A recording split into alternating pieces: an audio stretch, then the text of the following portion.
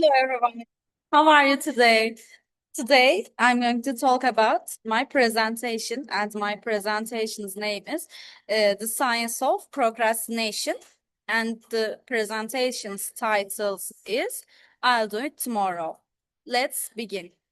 Um, in the beginning, I want to start with a story. I want to start by making a confession. Actually, I found my starting to prepare this presentation long after the deadline had already passed because I kept postponing it. But this is not a story about laziness. This is a story about avoidance. And our story goes back to my high school years, to that period that is almost every student's nightmare in Turkey, the YKS exam preparation process, you know it. Back then, there was a big lie I kept telling myself. I don't like the topic of probability. Whenever I reached the probability section in the all test books, it was as if an invisible and hand was pushing me. I would turn the page and say, I look at later. The exam came and went, and somehow, without even looking at the topic in the face, I survived and got in the university.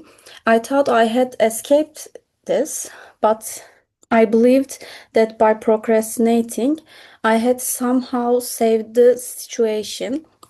But when I reached my second year university, the monster I had run away from was grinning at me, and my course schedule, probability, and statistic. This time there was no escape. I had to sit at the table, and then something strange happened. When I started studying, I realized that I understand it. I could even solve the questions. At that moment, a lightning bolt struck in my head. That topic I had been saying I don't like for years. That topic I hadn't studied because I thought I was lazy. Wasn't actually my enemy. I was just afraid. I was so afraid of failing, of not understanding, of feeling ineducated, that I preferred not to start at all. That day I discovered this procrastination is not a time management problem. It's an emotion management problem. Today, I want to talk to you about why our brain shoots itself in the foot and how we can take that weapon out of its hands. So, what exactly is happening in our brain?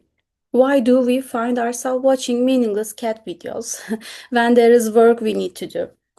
To explain this, I'll need to introduce you to a strange couple inside my brain. Let me introduce them. The friend on the left is named Albert. He is my prefrontal cortex. Albert is logical. He plans for the future. He knows that I need to study for the EKS or finish this project. Albert is in the driver's seat. But there's also this friend sitting in the passenger seat. His name is Impulse. He is my limbic system. Impulse is very primitive. For him, the future does not exist. There is only now. This is how it unfolds. Albert says, let's do that probability assignment. Impulse looks at the book. The book looks difficult to activate the pain center in the brain. Impulse senses danger, pain. No, I don't want to pain. I want to be safe. And right at that moment, Impulse hits the panic button. In science, this is called an amygdala hijack. Your rational side shuts down, impulse directly you to the fastest thing that will relieve that immediate stress, for example, Instagram, Netflix, or the refrigerator. So the result, you feel relieved in that moment. Impulse is happy because it has saved you from the probability monster, for me. But Albert is crying in the backseat. because he knows that the assignment is still there and time is running out. This is called present bias. Our brain struggles to imagine a big reward in the future, but it can very clearly imagine eating cake right now. So don't be afraid to yourself by calling yourself lazy.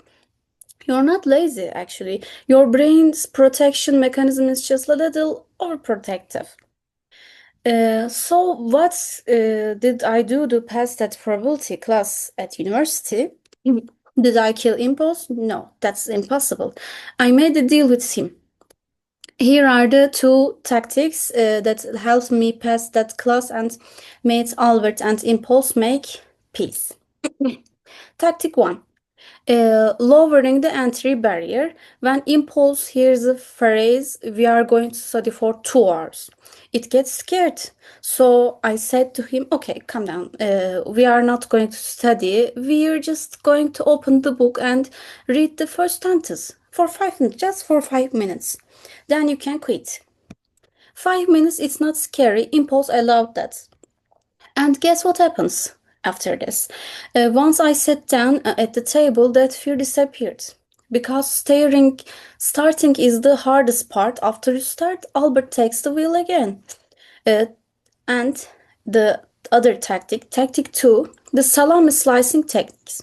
If you try to swallow a whole salami in one bite, you choke. If you say learn the entire probability topic, your brain freezes. But if you slice the task into very little pieces, just write this formula in the notebook, or just solve one question.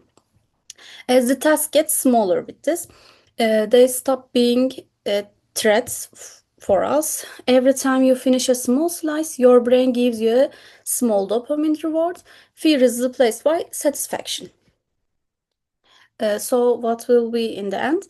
I passed that class at the university.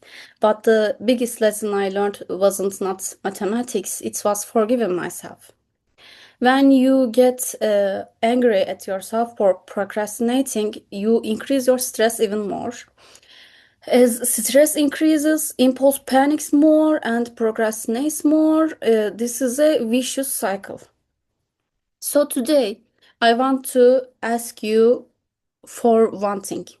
Think about that big thing you are procrastinating right now. Whatever that thing is, it's not terrifying. Your brain is just trying to protect you. Stop calling yourself lazy. Just sit at the table and say, just 5 minutes. There is no such thing as the perfect time. The best time is now. Thank you for listening to me.